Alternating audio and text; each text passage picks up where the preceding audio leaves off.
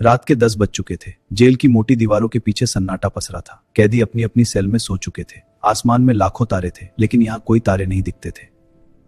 ये है lady inspector Anvi Chauhan, 32 साल, पिछले 3 साल से इस जेल की जेलर। सख्त मिजाज लेकिन अपनी ड्यूटी के प्रति ईमानदार। आज रात उनसे एक ऐसी गलती हुई वाली पूरे प्रशासन को उठाना पड़ा।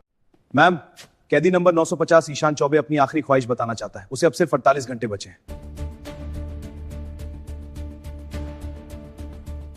अन्वी ईशान की सेल की तरफ बढ़ी। रास्ते में सोचती रही कि 21 साल का लड़का आखिर क्या कहना चाहेगा। उसका चेहरा मासूम था, लेकिन आंखों में कोई राज छिपा था। ईशान चौबे, 21 साल, चेहरा मासूम, आंखों में बुझी हुई आग।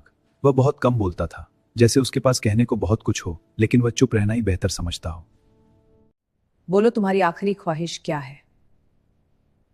मेरी आखिरी ख्वाहिश है कि मुझे एक मौका मिले अपनी बेगुनाही साबित करने का। मैं आपसे शादी करना चाहता हूं।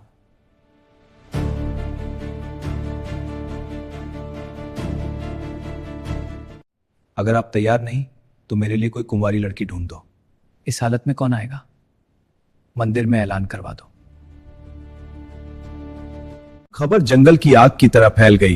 पूरी जेल में चर्चा थी कि एक कैदी ने ऐसी फरमाइश कर दी जो आज तक किसी ने नहीं सुनी थी। सर, ये है कैदी नंबर 950। बेटा, तुम्हारी आखिरी ख्वाहिश क्या है? एसपी साहब ने ईशान को समझाने की कोशिश की, लेकिन उनकी आवाज में बेबसी थी। वे जानते थे कि यह इच्छा पूरी होना नामुमकिन है। ईशान चुपचाप सुनता रहा। उसकी आंखों में अटूट विश्वास था। ईशान ने कहा, सर, मेरी शादी अपने आप हो जाएगी, बस मंदिर में ऐलान करवा दें। उसकी आंखों में ऐसा भरोसा था कि कोई मना नहीं कर पाया। एसपी साहब ने हामी भर दी। उन्हें पूरा यकीन था कि कोई नहीं आएगा। शाम को शांतिनगर के मंदिर में ऐलान करवा दिया गया। सुनिए सभी गांव वालों, यह घोषणा है। हाँ, सुन रहे हैं। ईशान की मां आखिरी मुलाकात के लिए आई। वह बेटे से लिपटकर फूट फूट कर रोई। वह बार बार कह रही थी, तू बेगुनाह है बेटा। उसके विश्वास ने अन्वी को हिला दिया। अन्वी सोच में पड़ गई। ईशान की मां के आंसू और उसका विश्वास, कहीं सच में तो वह बेगुनाह नहीं? यह सवाल उसे अंदर तक कचोट रहा था। ऐलान के 1 घंटे बाद ही एक सिपाही हांफता हुआ अन्वी के ऑफिस में दाखिल हुआ। उसने कहा, मैडम, जेल के दरवाजे पर एक लड़की दुल्हन के कपड़ों में खड़ी है। अन्वी और एसपी साहब दौड़ते हुए जेल के दरवाजे पर पहुंचे। वहां एक 18-19 साल की लड़की लाल दुल्हन के जोड़े में खड़ी थी। उसके साथ एक पुजारी भी थे। ये थी सोनिया, 18-19 साल की नाजुक सी लड़की। चेहरे पर डर नहीं, बल्कि एक अजीब सी शांति और दृढ़ता थी। उसने अपनी मर्जी से ईशान से शादी करने का फैसला किया था। कानून के मुताबिक कैदी की आखिरी इच्छा पूरी करना जरूरी था। एसपी साहब ने इजाजत दे दी। जेल के दफ्तर में शादी की तैयारियां शुरू हो गईं। एसपी साहब ने पुजारी से पूछा तो उन्होंने बताया, यह लड़की खुद मेरे पास आई थी। मैंने बहुत समझाया, लेकिन यह नहीं मानी। कहती है यह उसका अपना फैसला है। ईशान को उसकी सेल से बाहर लाया गया। वह हैरान था, लेकिन उसके चेहरे पर हल्की मुस्कान भी थी। उसे भरोसा था कि कोई न कोई जरूर आएगा। जेल के दफ्तर में सादगी से शादी की रस्में पूरी हुई। पुजारी ने मंत्र पढ़े, दोनों ने फेरे लिए। यह एक अजीब शादी थी, जहां खुशियां नहीं, उदासी थी। शादी खत्म होने के बाद ईशान ने अन्वी से कहा, अब वादे के मुताबिक मेरी पत्नी को मेरे पास भेज दीजिए। अन्वी सकपका गई, लेकिन एसपी साहब ने इजाजत दे दी। अन्वी सोनिया को लेकर ईशान की सेल तक पहुंची। उसने दरवाजा खोला, दोनों को अंदर भेजा और दरवाजा बंद कर दिया। सोचा थोड़ी देर में बाहर आ जाएंगी। घंटों बीत गए। सेल के अंदर से हल्की हल्की आवाजें आ रही थी, जैसे कोई कुछ खोलने की कोशिश कर रहा हो। अन्वी को कुछ अजीब सा लगा। रात गहराते गहराते अचानक जेल की हवा एक तेज चीख से कांप उठी। अन्वी चौंक कर उठ बैठी। उसका दिल तेजी से धड़कने लगा।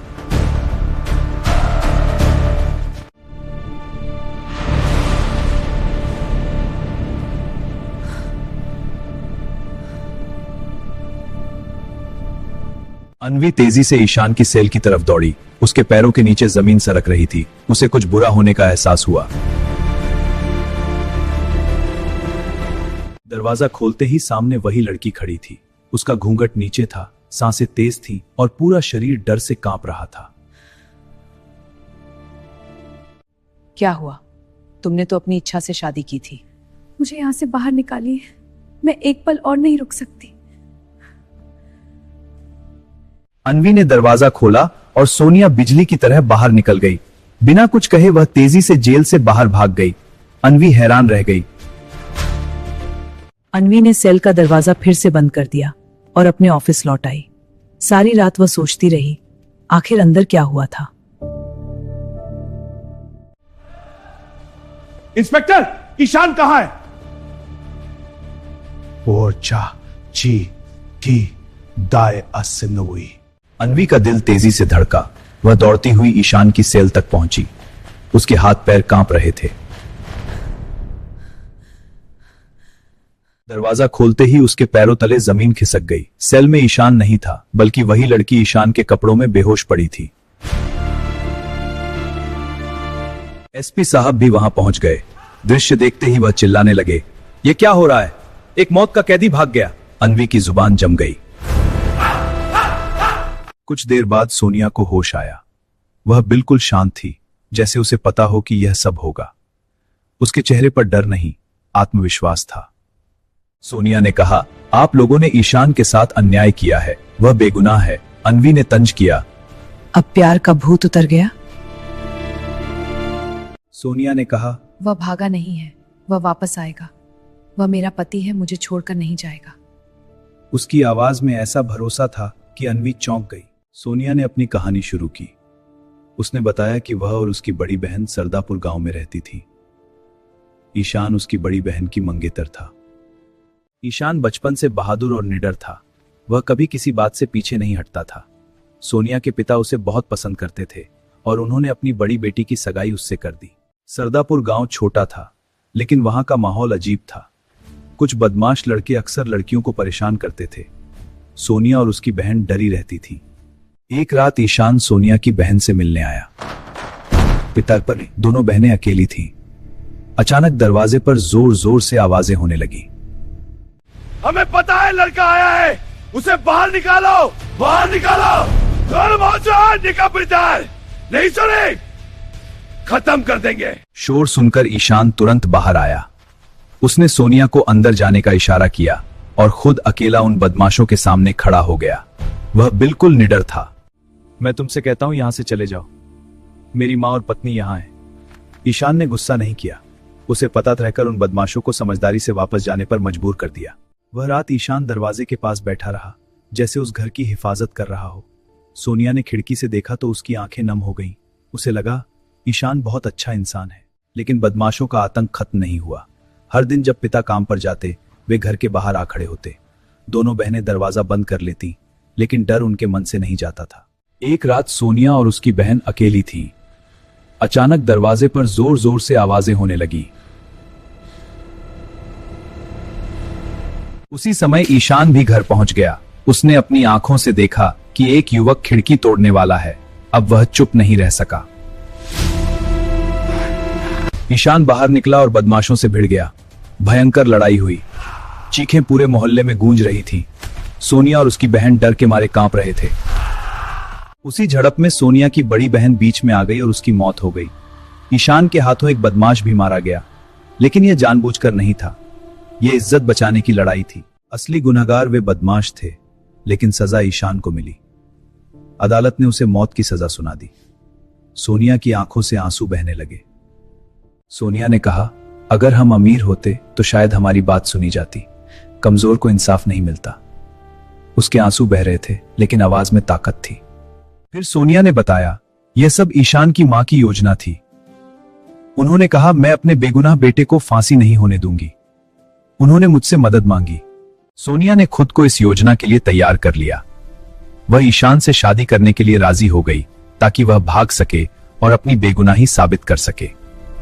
ईशान की मां ने उसे दिल्ली के एक बड़े वकील के पास भेजा। वह वकील कोर्ट पहुंचा और ईशान के केस को दोबारा खोलने की अपील की। कोर्ट ने केस रीओपन करने की मंजूरी दे दी। नई जांच टीम बनाई गई। उन्होंने पूरे मामले की दोबारा जांच शुरू कर दी। जांच में सच्चाई सामने आ गई। सबूत, गवाह, बयान, सब कुछ फिर से देखा गया। साबित हो गया कि ईशान बेगुनाह है। असली गुनहगार वही बदमाश थे। उन्हें सजा सुनाई गई। अदालत ने कहा कि ईशान ने कोई गुनाह नहीं किया। वह तो लड़कियों की इज्जत बचा रहा था। ईशान को मौत की सजा से मुक्त कर दिया गया। वह रिहा हो गया। सोनिया की आंखों में खुशी के आंसू थे। उसका सब्र और भरोसा रंग लाया। अन्वी को अब सब समझ आ गया था। वह ईशान पर भरोसा करके गलत नहीं थी। वह सच में बेगुनाह था। उसकी आंखों में आंसू थे और चेहरे पर शर्मिंदगी। सच्चाई की हमेशा जीत होती है, भले ही देर से, लेकिन इंसाफ मिलकर रहता है। ईशान और सोनिया एक दूसरे के हो गए। प्यार और बलिदान की यह कहानी अमर हो गई। अन्वी उसी जेल में वापस लौट आई। अब वह और भी सख्ती से अपनी ड्यूटी करती है, लेकिन अब वह कैदियों के चेहरों के पीछे की कहानी भी पढ़ने लगी है। यह कहानी केवल मनोरंजन और जागरूकता के उद्देश्य से बनाई गई है। इसमें दिखाए गए सभी पात्र, स्थान, कृपया इसे सिर्फ एक कहानी की तरह देखें और इसका आनंद लें।